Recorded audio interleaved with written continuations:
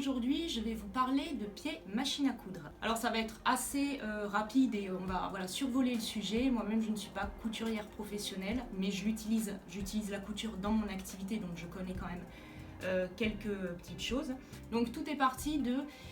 il n'y a pas si longtemps que ça, en fait, j'ai fait l'acquisition d'une nouvelle machine à coudre et je suis tombée un petit peu par hasard sur le catalogue d'accessoires. Alors ça m'intriguait, je suis allée voir et là j'ai découvert un monde que je ne connaissais pas, c'est-à-dire le monde des 40 000 pieds machine.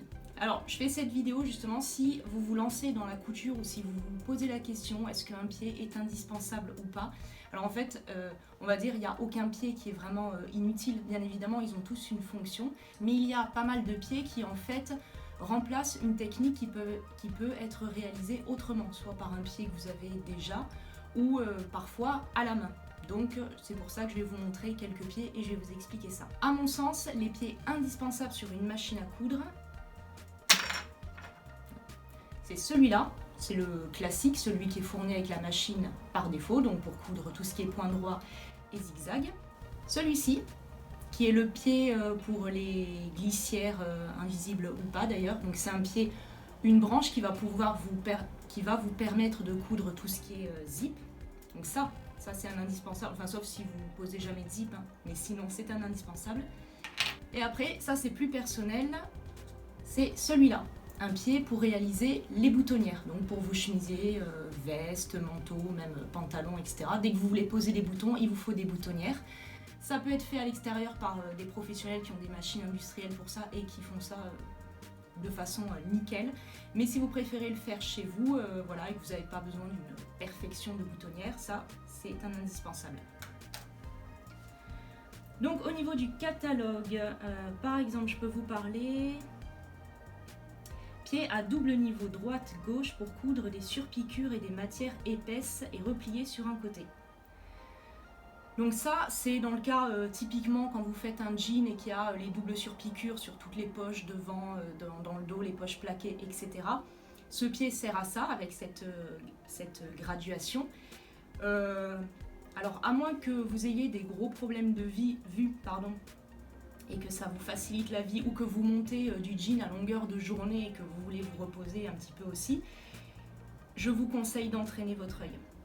C'est comme ça d'ailleurs qu'on me l'a appris.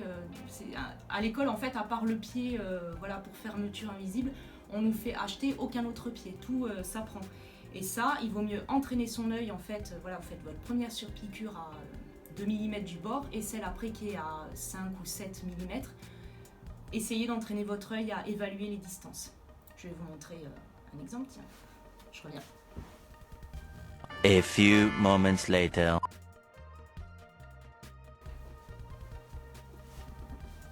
Voilà, un de mes ouvrages magnifiques de test. Donc, vous voyez, hein, il y en a partout. Et elles sont pas toutes parfaites sur celui-là, de toute façon c'est une toile de démonstration.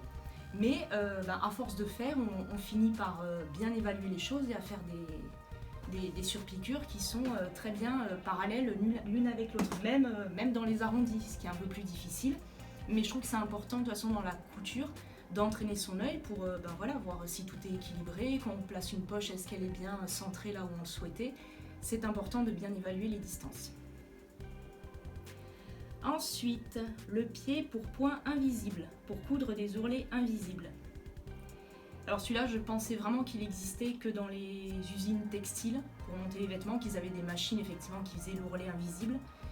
Je ne savais pas que ça existait sur les familiales. Vous allez me dire peut-être que je sors d'une grotte, hein, mais alors je l'ai essayé parce que moi il est fourni avec ma machine. Je me suis dit oui. Mais en même temps, c'est un petit peu technique.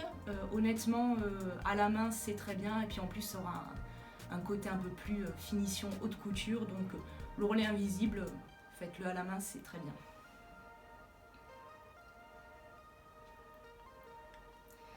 Ah, le pied ourleur étroit pour réaliser un ourlet rouloté. Alors celui-là, j'avoue que durant mes études, j'ai vu que ça existait, je me suis dit, je vais l'acheter, ça va me faciliter la vie, parce qu'en plus j'avais des matières assez fines comme de la mousseline et l'organza qui sont un vrai bonheur à coudre.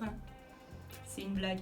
Je pensais que ça allait m'aider à faire ce petit ourlet, cette petite finition en bas de vêtement, mais pas du tout. C'est un pied, je ne sais pas, je n'ai jamais réussi à le dompter, à part peut-être sur 10 cm. Et il fonctionne bien que sur des matières un peu plus épaisses comme le coton. Et voilà, tout ce qui est matière fine, ça passe mal, ça foire à chaque fois. Donc je ne vous le conseille pas. Peut-être que vous maîtrisez, hein. Si jamais, dites-moi et expliquez-moi comment faire. Mais si c'est sur un coton, voilà, vous faites un premier pli comme ça, vous marquez au fer, le deuxième pli, vous marquez au fer, vous piquez, ce sera bien et pas besoin de dépenser de l'argent dans un pied pour faire ça. Alors, pied anti-adhérent assure un parfait glissement des tissus épais, jean, lin. Alors, toutes les machines familiales n'arrivent pas à passer les épaisseurs, c'est vrai, mais beaucoup arrivent à le faire. Il y a même, justement, quand vous avez ce petit ressort sur le pied, normalement, c'est pour un peu le surélever et bloquer la matière avant de la passer quand elle est un peu plus épaisse.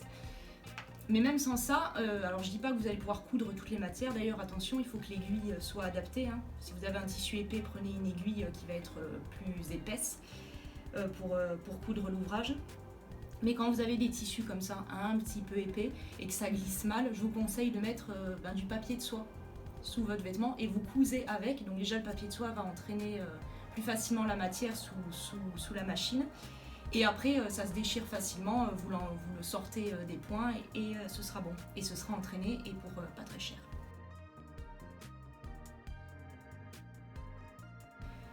Pied à surjet pour coudre un surjet impeccable. Alors ça, oui, si vous n'avez pas de surjeteuse. Si vous en avez une, ça ne sert à rien.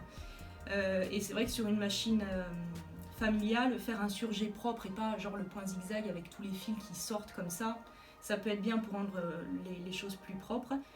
Sinon, si vous n'aimez pas les finitions au surjet, il y a d'autres possibilités. Hein. Vous pouvez finir vos coutures avec un biais ou carrément faire des coutures anglaises. Ça, c'est le top, on va dire, du raffinement, mais c'est vrai que ça demande un peu plus de travail. Si vous savez la technique de la couture anglaise, pour le coup, c'est un petit peu 2 fois plus de boulot sur les finitions, mais c'est joli.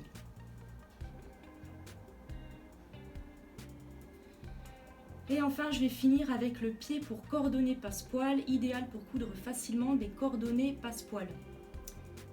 Honnêtement, le pied pour fermeture invisible fonctionne très bien pour la pose de passe-poil. Alors à moins, je connais pas ce pied, mais si vous posez des passe-poils à longueur de temps, peut-être qu'il est plus efficace, je ne sais pas. Mais si c'est pour un ouvrage de temps en temps, voilà, qui contient des passe-poils, vraiment, ça en vaut pas la peine. Voilà, j'espère que ce petit tour d'horizon, vraiment, hein, je suis restée sur le haut du catalogue, vous n'imaginez pas tout ce qui peut exister, allez voir par curiosité. J'espère que ça a été instructif, que je vous ai fait économiser un petit peu de sous, et je vous dis à demain.